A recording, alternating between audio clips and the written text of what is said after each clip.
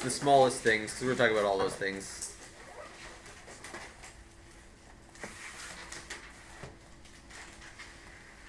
And the first thing to talk about is how we're going to observe these things. Some of these things are so small that we won't ever be able to see them. And so we're going to use things like isotopes. We talked about like using a radioactive isotope to trace where one oxygen molecule is going to end up, right? But a lot of them we actually can observe as long as we're using the right instrument to do that thing. Okay, so observations.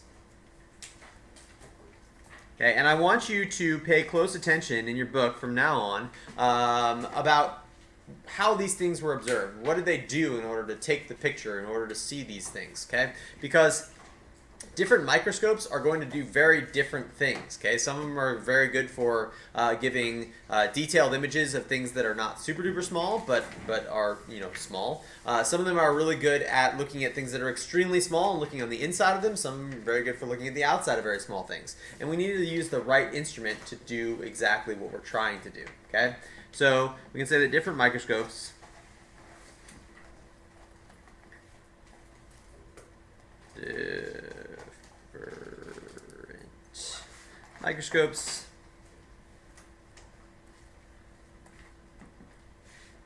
have unique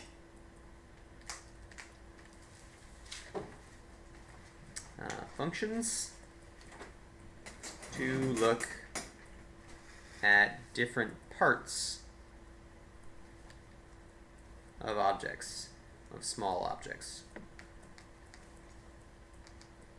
Okay, so the first one that you guys are probably all familiar with, I hope you've all used them, and we will use them in this class in the next week or two here, is the light microscope. Light microscopes were the first type of microscopes. They are abbreviated LM, so anytime you see a picture in your book that says LM after it, that is called a light micrograph, or a picture that's taken with a light microscope. Okay, light microscopes are great. They work perfectly for what you're going to use them for, and that is for relatively low resolution pictures of things that are living. Okay, so you can say the way that a light microscope works is light is shined through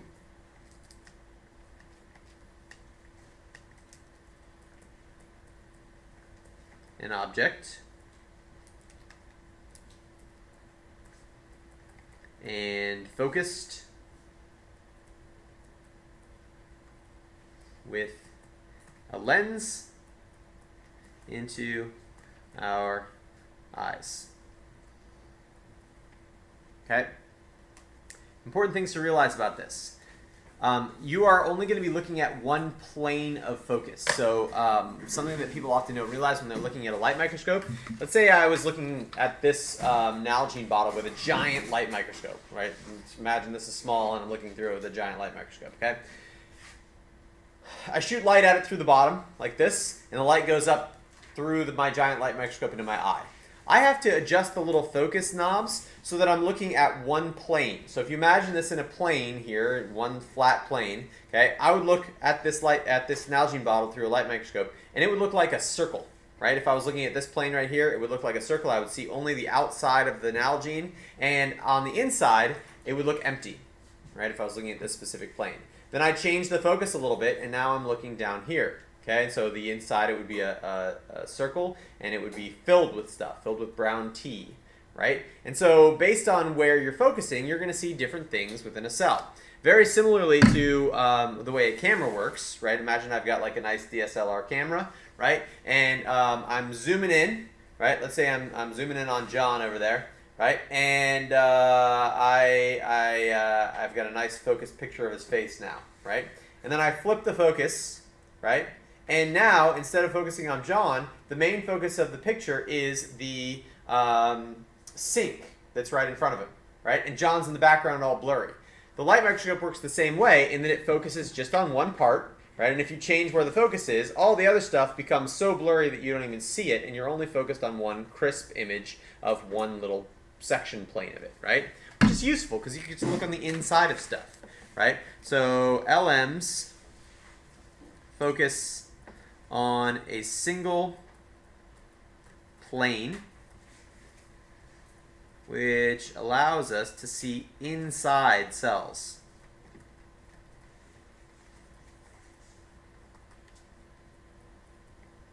Which is nice. Okay? They have a inherent drawback that's in their name. They are light microscopes, meaning they're going to use light. And light has a pretty large wavelength, right? It's varied between the different colors of light, but we are limited in our resolution by the wavelength of light.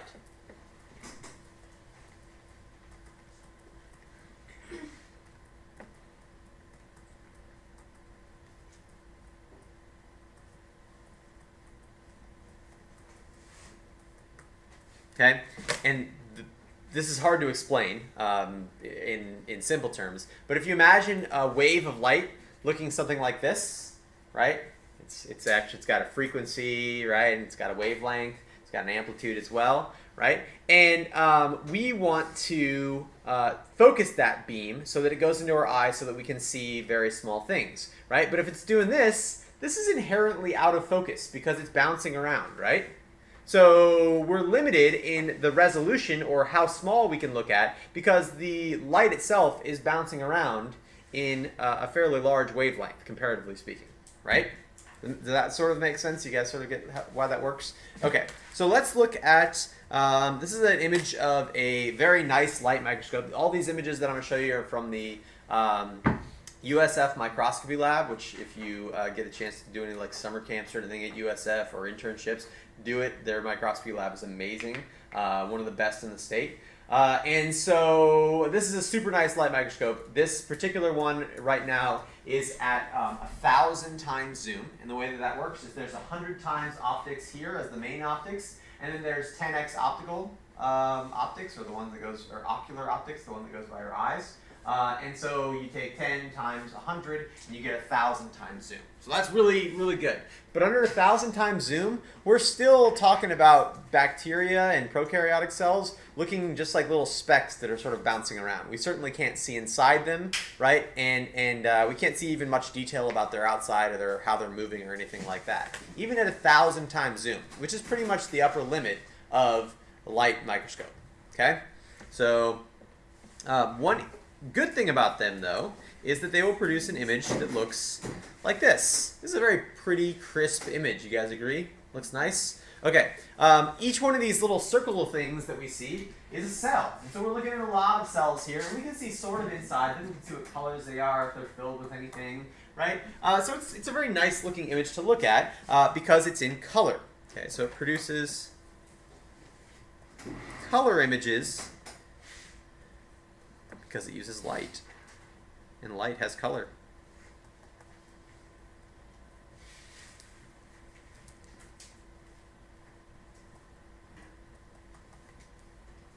Okay? But it's not good for looking at really small stuff. For looking at really small stuff, you are going to be limited to electron microscopes. And the reason why electron microscopes work better is because you can make it so that their wavelength is extremely small. You can just shoot an electron particle at something and then watch how it bounces off or how it goes through or something like that. Okay, so we're going to start talking about a scanning electron microscope first.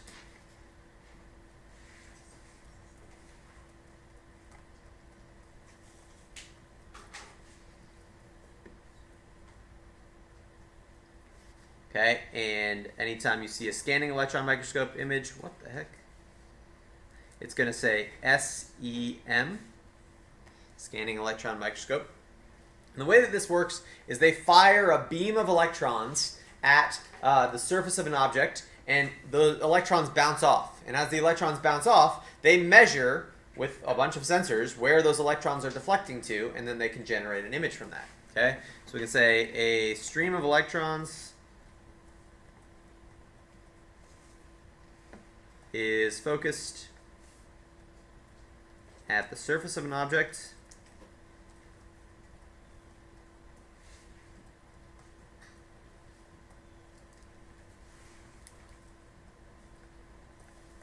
and the deflected electrons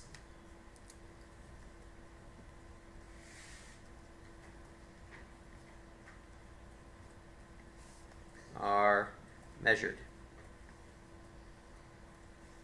Okay, they go into sensors, and then the sensors can generate an image. Okay, it's called scanning because it's going to do it one little beam at a time, right? So if I was putting this thing into a scanning electron microscope, first of all, this is way too big for a scanning electron microscope, but second of all, it would put a single beam across here, and it would go like this over and over and over again until it got all the way down through the whole thing, and then it had scanned the entire image, right? It's scanning it one little layer at a time of electrons, and the deflected electrons are being measured. Now, there's two problems with this. Problem number one is if you're talking about living things, a lot of times living things are squishy, and so the electrons will just get shot right through them, okay?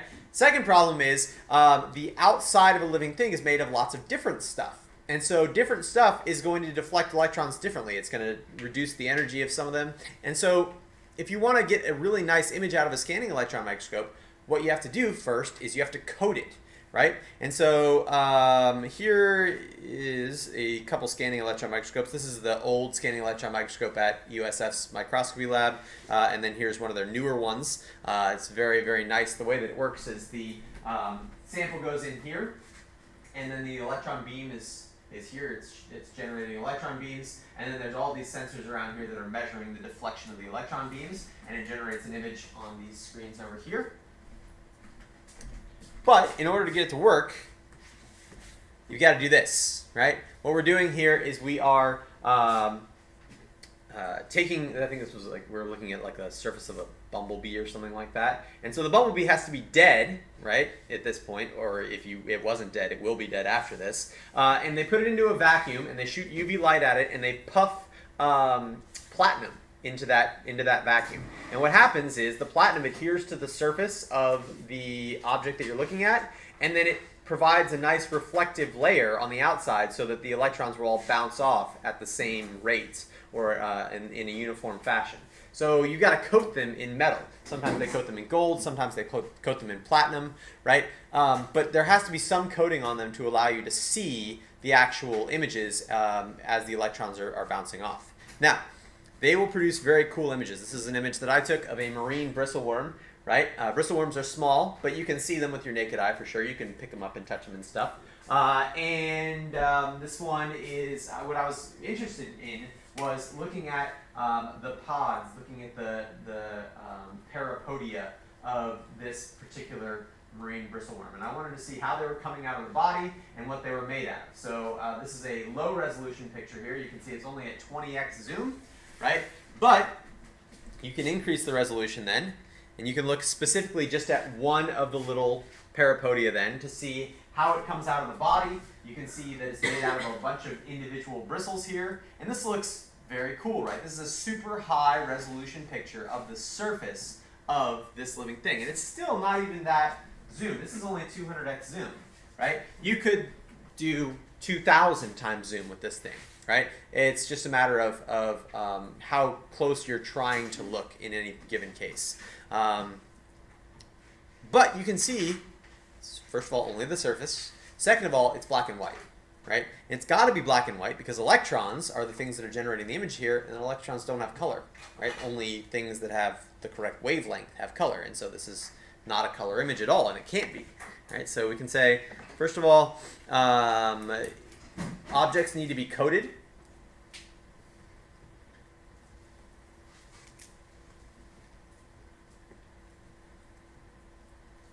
To provide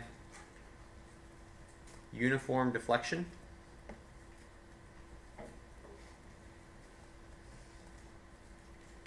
But it generates high resolution images of the surface of an object.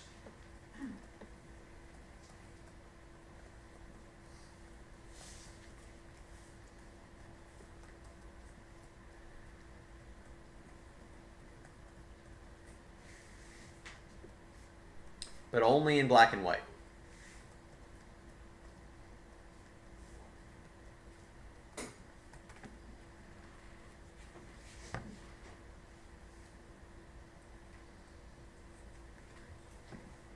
Okay, so you might see a picture, like in National Geographic or Wired or something. It looks like this, okay? So this is a scanning electron image. I think this is a dust mite. That's what the mouth of a dust mite looks like. And very cool looking. Everybody agree that this is awesome? Yes? Okay. This is a scanning electron image that somebody's taken into Photoshop, right? And they've cropped out all the background here, and they've made the inside of the mouth dark to give it a little bit more depth. And then they've colorized it, right? They've just taken it and colored it to say, like, okay, these sensory apparatus out here, we want them to be yellow. We want the whole thing to be green because that looks like a scary monster. And then we want the mouth to be red because our mouths have a lot of red in them, and that will indicate that it's a mouth, right? But they're not actually that color. Not in real life and not from the image, because these are taken with an electron microscope, and electrons inherently have no color. Make sense? Okay. What if we want to look at the inside of something, though? This is scanning electron microscopes give us the outside, but what about the inside? We're going to need a transmission electron microscope.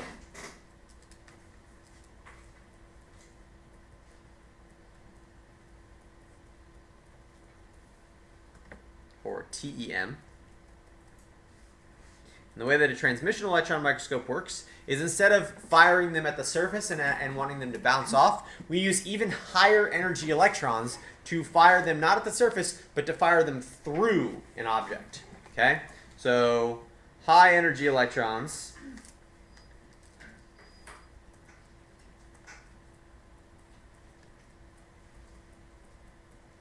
are fired through an object and transmitted, that means the ones that go through, electrons are measured. They're measured for loss of energy. Sometimes they don't pass through at all, and that is able to generate an image. Okay? Transmission electron microscopes are hardcore. They're like the most hardcore microscope that you're going to use in biology. Now, physicists might and chemists might use some of the newer ones, but this is a TEM, transmission electron microscope. I've actually never gotten to use one. You have to be certified because they're so dangerous, and I'm not certified to use them.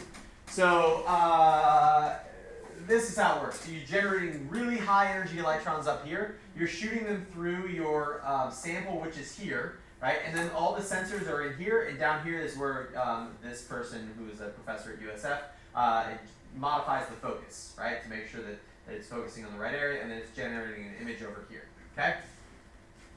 This thing so powerful that it generates a significant amount of radiation when it works. So this lady, this professor, she's wearing a little badge, and the little badge is green, and as it gets exposed to radiation, the green badge turns red, and then she can't be in there anymore for another 6 months, right? And then they'll give her a new badge after 6 months, and then once that one turns red, she can't go in there again. So they limit the amount of exposure to radiation by limiting the amount of work that you're allowed to do on the TEM. But why are they so great?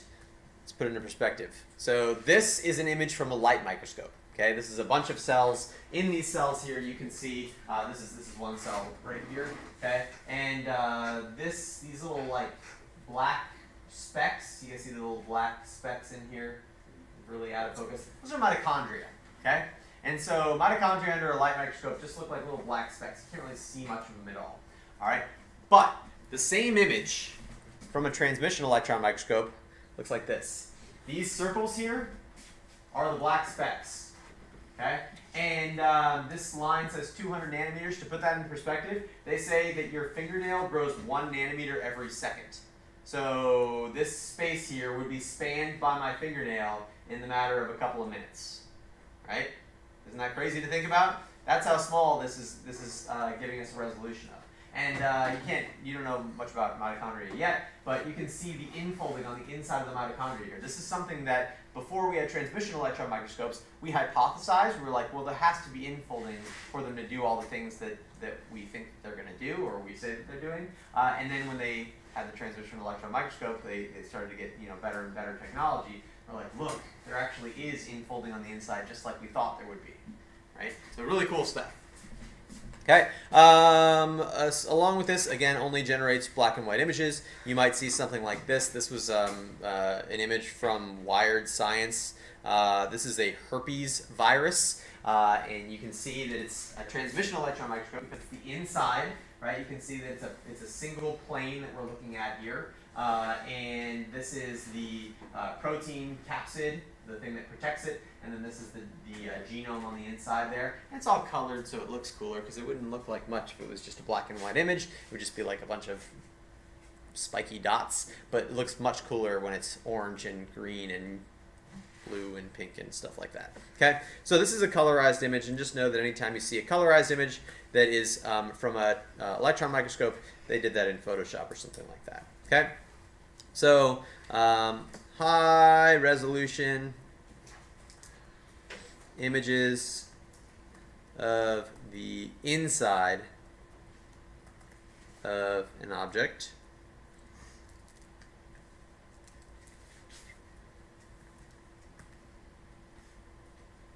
And we can say this is only in black and white.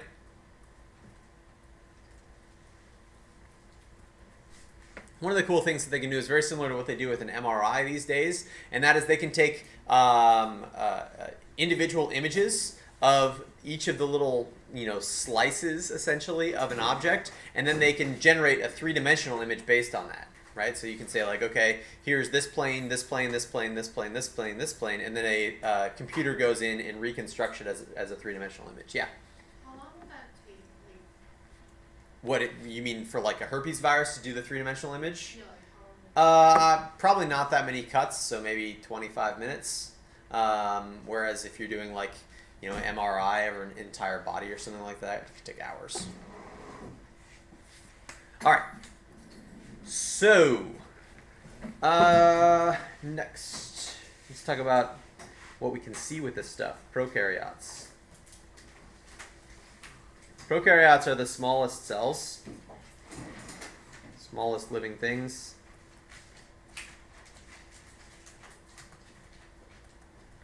Bacteria and archaea are prokaryotes. The definition of a prokaryote is a cell that lacks membrane-bound organelles.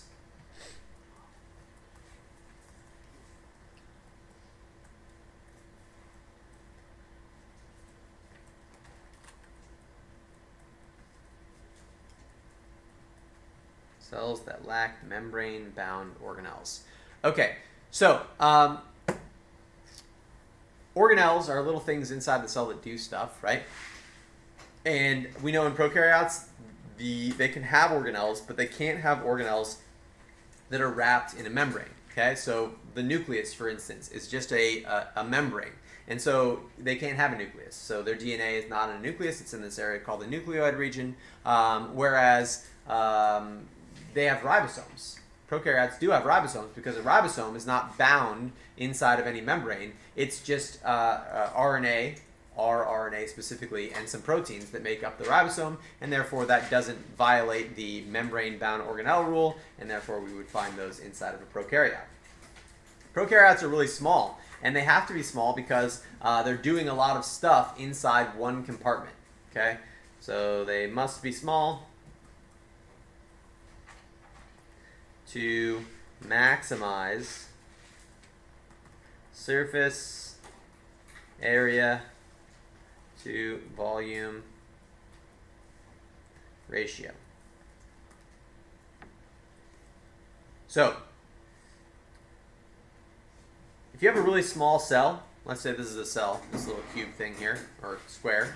Let's say we're going to use the lines of my paper as a unit of measurement. So we're going to say this is 1, 2, 3, 4 lines of paper as surface area, and it's got 1 square line of paper as its volume. Right? So surface area and volume.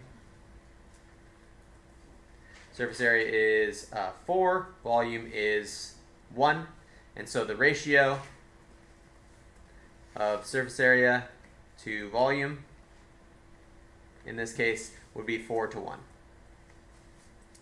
You guys agree? All right. So now let's look at a larger cell. So here's a larger cell. I'm going to make it 4 times as big. And you can say 1, 2, 3, 4, 5, 6, 7, 8 units of surface area versus 1, 2, 3, 4 units of volume. Surface area is 8, volume is 4. Okay, so our ratio here is 2 to 1. So we lost half of our surface area to volume ratio. Why does this matter? Why do we need surface area in cells? Yes, transport. Okay, you got to get waste out, you got to get nutrients in. So if we blow this up to a human example, okay, let's look at the difference between this classroom and the gym. Okay, the gym is huge. We can fit a ton of people in there. We can do a lot of stuff. And so, unfortunately, whenever you go to an assembly or something like that, you guys all go in through a single set of double doors, just like the set of double doors that go into my classroom. Okay, but if you consider the difference between how those things happen, you come in through the double doors of my classroom every day, right? And is there ever a traffic jam? You guys ever have to sit and wait out in the hallway for 20 minutes? No. But if you consider the same thing when we're doing an assembly in the gym or a pep rally or something like that, there's 1,500, 1,600 people going in there, right? And so it takes a really long time to all file in through a single set of double doors. So it would make sense if we wanted to all go to the gym to have like 20 double doors open, so you would have more places for things to go in and out, and therefore we could all just file in and out almost instantly to the gym. But we know that doesn't happen because everybody for some reason has to go through that one set of doors, right? Okay, so how can you modify this if you need a bigger volume? Well, different cell shapes have different surface area to volume ratios. So if you look at an elongated cell shape, we're going to have units that look like this. We've still got the same volume now, 1, 2, 3, 4, but we've got 10 areas of surface area, or 10 units of surface area. Okay, so we can say our surface area here is 10. Our volume is 4. And so our ratio then is 2.5 to 1. Still not a whole lot better, right? 2.5 to 1 is a little bit better than 2 to 1, but not much. Right? What if we squished it one more time? What if we did it little half units here?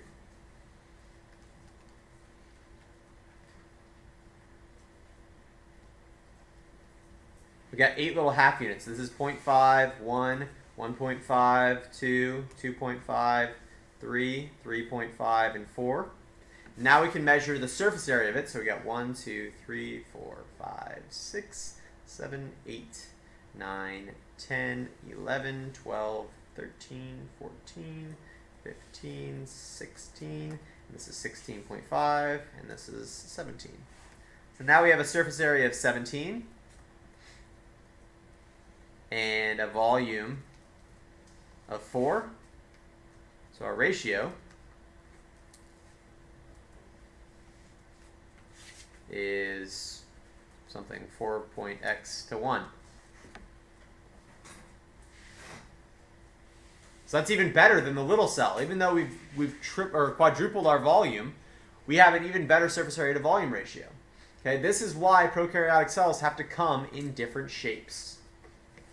So prokaryotic cell shapes.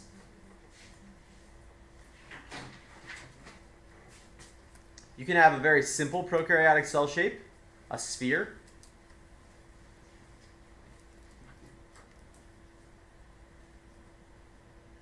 This one's called cocci.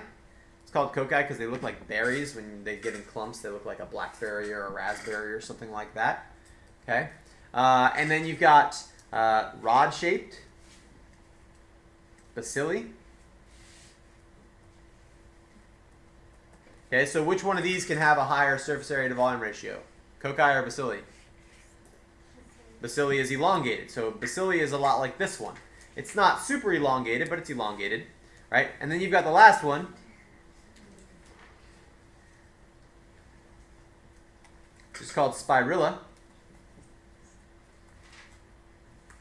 And spirula is the thinnest of all of them. It's so thin, in fact, that it has to spiral on itself, so it's not too long, right? And so this thing can have a tremendous amount of volume and still have a lot of surface area, right? So the one that has the most efficient surface area to volume ratio is Spirula, because it's going to have the most, or the thinnest cell, in order to have the most surface area to volume ratio and therefore the highest rate of diffusion. Does that make sense? Anybody have questions on that? On anything we did today? Yeah. So Prokaryote is the smallest surface area? Smallest, medium, largest. Yep.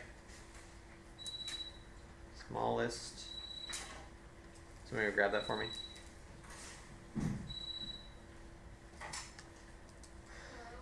Surface area. Medium. Surface area. Largest. That's the. There's a bus pass. Oh, Yeah, you can just. should I just start my son? Yeah, you can go. It's fine. All right. Questions?